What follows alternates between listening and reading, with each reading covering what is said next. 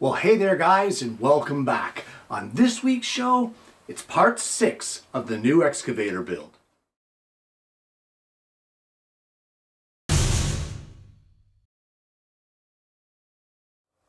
Well, we've made quite a bit of progress, and I hope you guys are enjoying the content and following along, making your own model. But there's a lot to cover today, so let's head right over to the bench and get into it. Well, on last week's show, we were working on sheet 4, making all of the upper and middle decks and the counterweights that are for this excavator.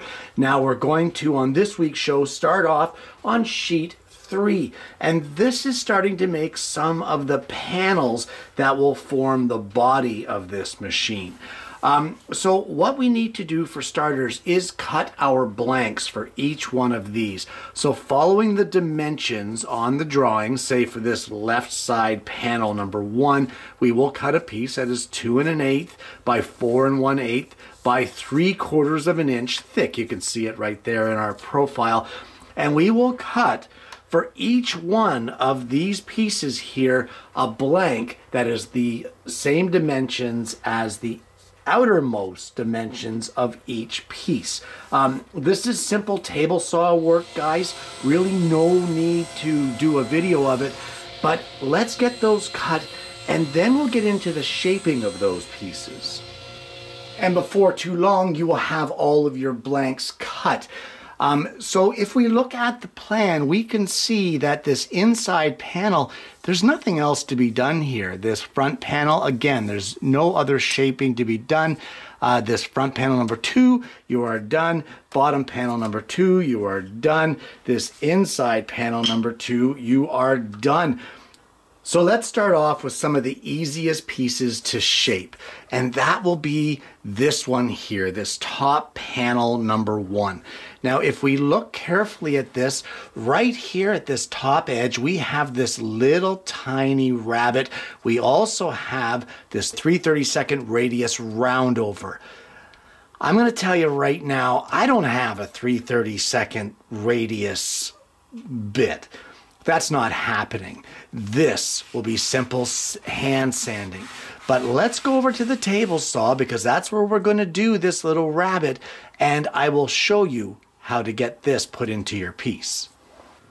So in order to cut that little rabbit, I have raised my blade to 1/16 of an inch and locked it down, and I have set my fence so that the blade will strike 1/16 of an inch in from the edge. And all I'm going to do is, using my gripper push pad, I will run this through for one pass on the table saw. And just look at how beautifully perfect that comes out.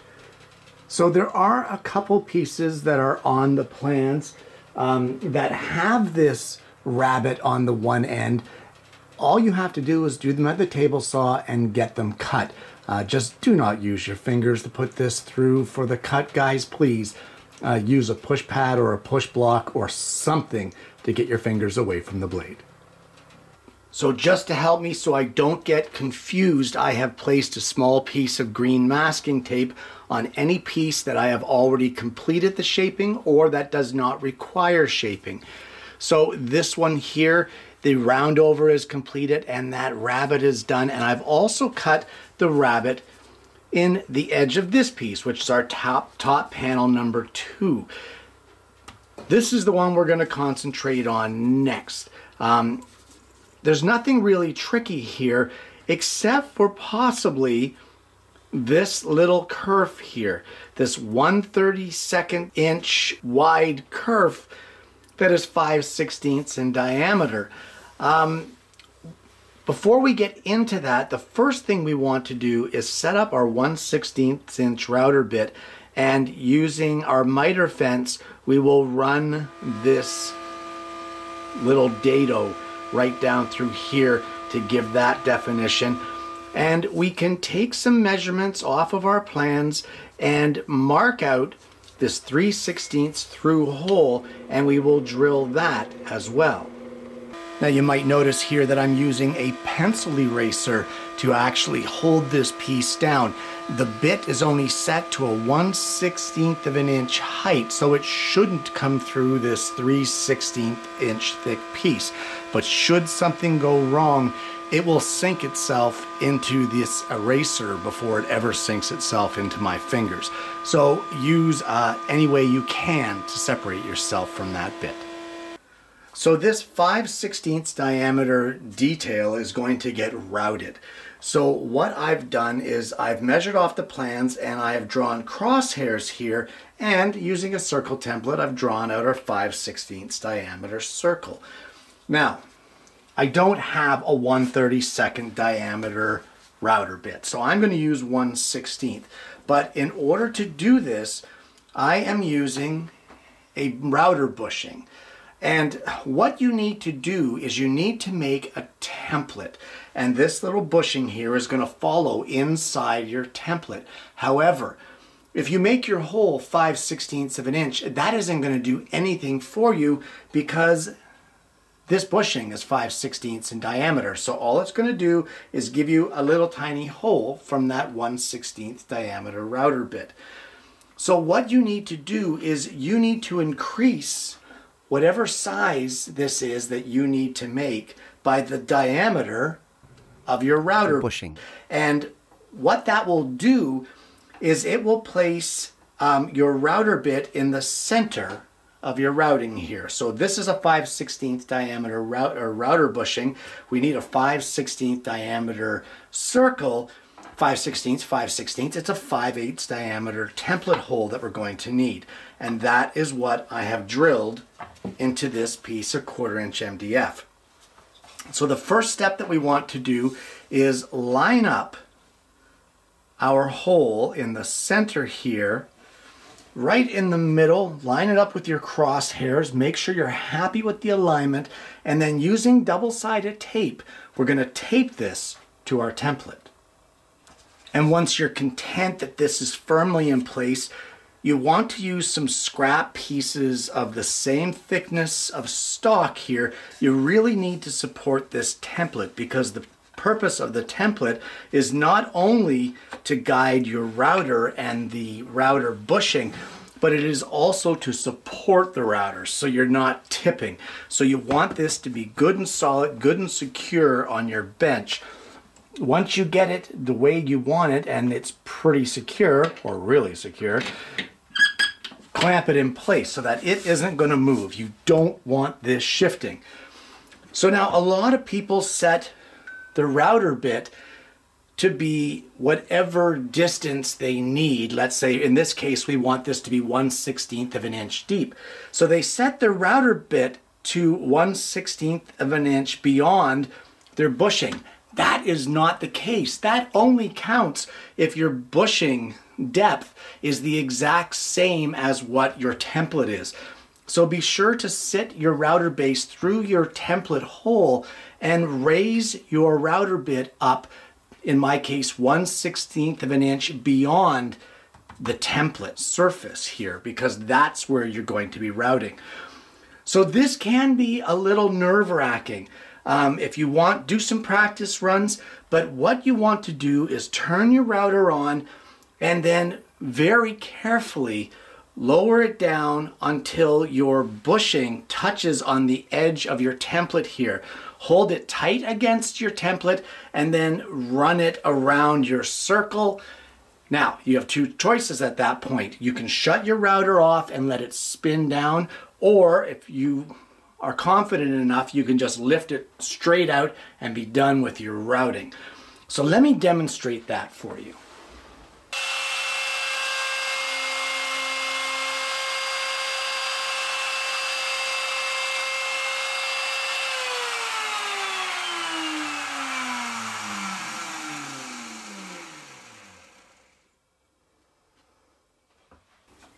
And we'll just take this out of the clamp here and carefully separate it from our template.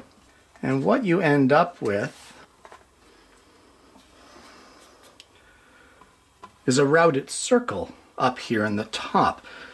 So all that's left to do in this piece now is to place the roundover on the bottom. We're just going to hand sand that using our sandpaper on the MDF, and then give this thing a light sanding on the top to clean up our routing and get rid of those crosshair marks. And just look at how wonderfully perfect and beautiful that is. That is absolutely spectacular. I love it. So there is the method for any of these routed details. As far as templates go, just remember to increase the size of your template hole by the diameter of your bushing. Okay, so let's carry on with some more of these pieces. Well, we are getting more and more pieces of green masking tape, which is a good thing. That means we're getting more pieces completed. So the next one we want to turn our attention to is the front lower panel number 2 here. And this one here, you can photocopy this pattern and attach it to your blank and cut it out with either a fret saw or even sanding up to the line and maybe using a fret saw to work out this little cutout here. But for me, I'm going to, you know what I'm going to say, I'm going to head over to the scroll saw and I'm going to cut this out, and this is what you end up with when you get that piece finished. It's a simple piece, easy to make, but now we're going to turn our attention to this right side panel over here and this left side panel. And the first thing that we want to do is we need to make a template for both of these routed details here in our pieces. Well, according to the plans, the routed profile is 3/8 by 7/16. And what I have here is the template size, which are those measurements plus the 5/16 diameter of our bushing in our router. So that will give us a hole that is 3/4 by 11/16. On here, I also have marks. These inside section of marks here, all of these little marks, these represent the original dimensions of the hole. That's what we're going to end up with. So what I've done is on our blank, I have marked where our routing is going to go. Why do these routings first? Because if anything in these processes is going to mess up, it's these routings. Better to do this first in case it does mess up than to do all the work on the piece and then have it mess up at the end. Plus, you should do as many operations while the piece is in its square form as you can, just to keep it fully supported.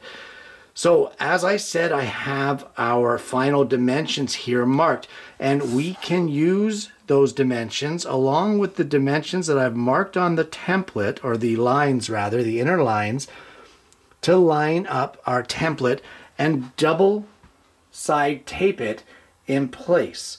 From there, we will use the exact same process as we did with routing that little circle by aligning our bushing, lowering our router down into our template, and routing around the edges of that hole.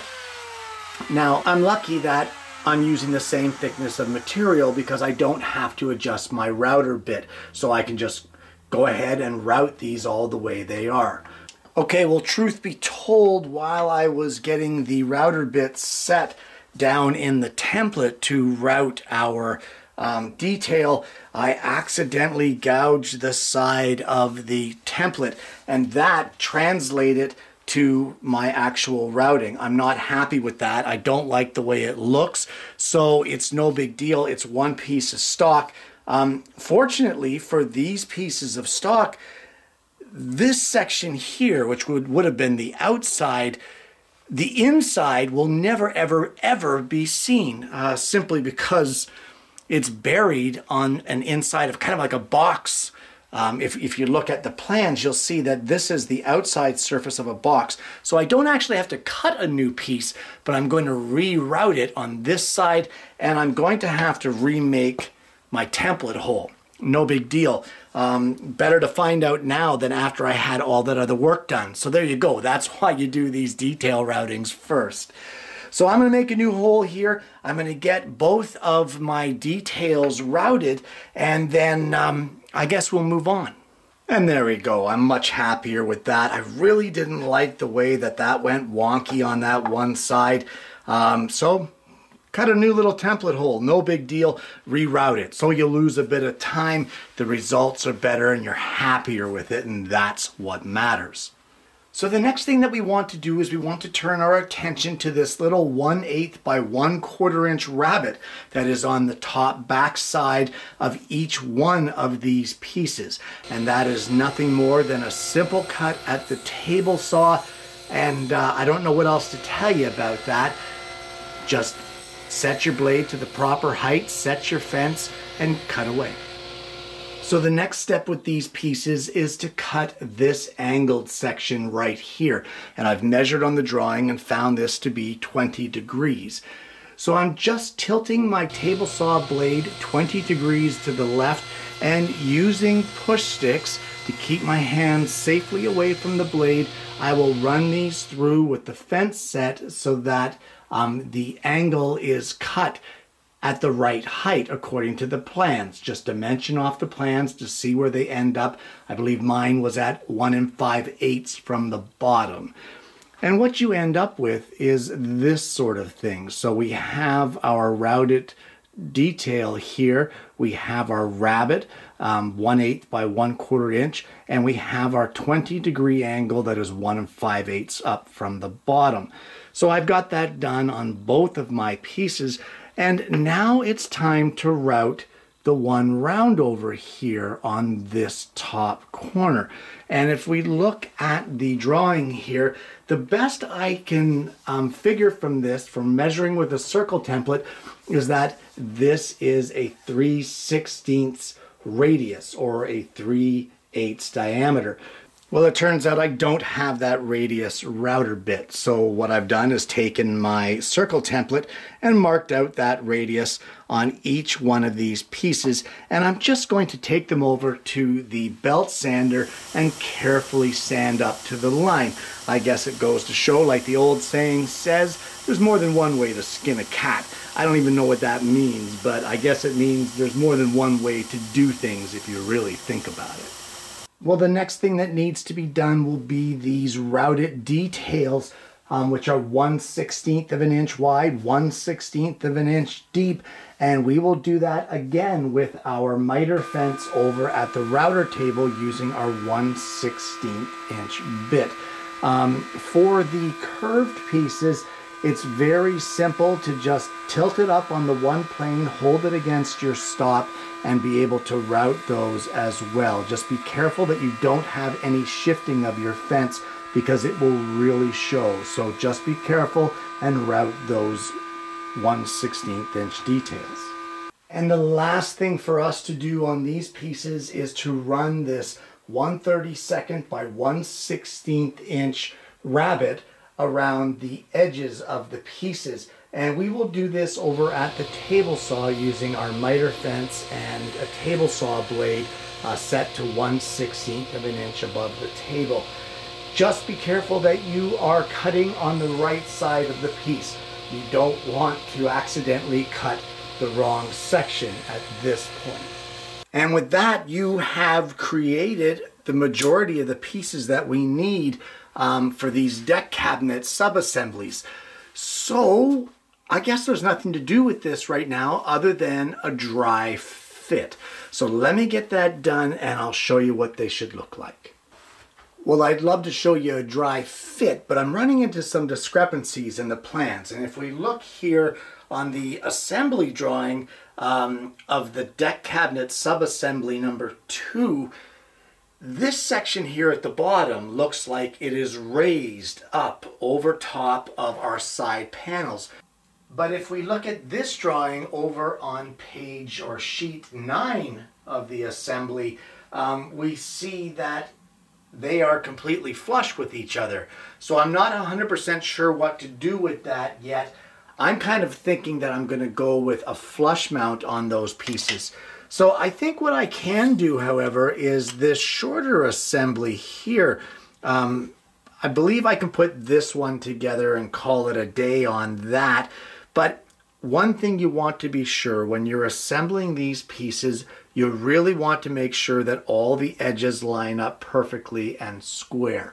So use a straight edge, use whatever you can. If you don't have straight edges, probably the straightest edge or flattest surface you have in your shop would be your table saw.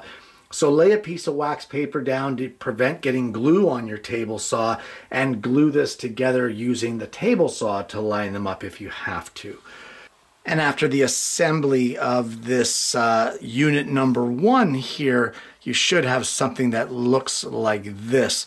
The fact that this here, the way it's glued together, the fact that it all lines up with the bottom here, the whole 9 yards, I honestly don't think that this is supposed to be raised up.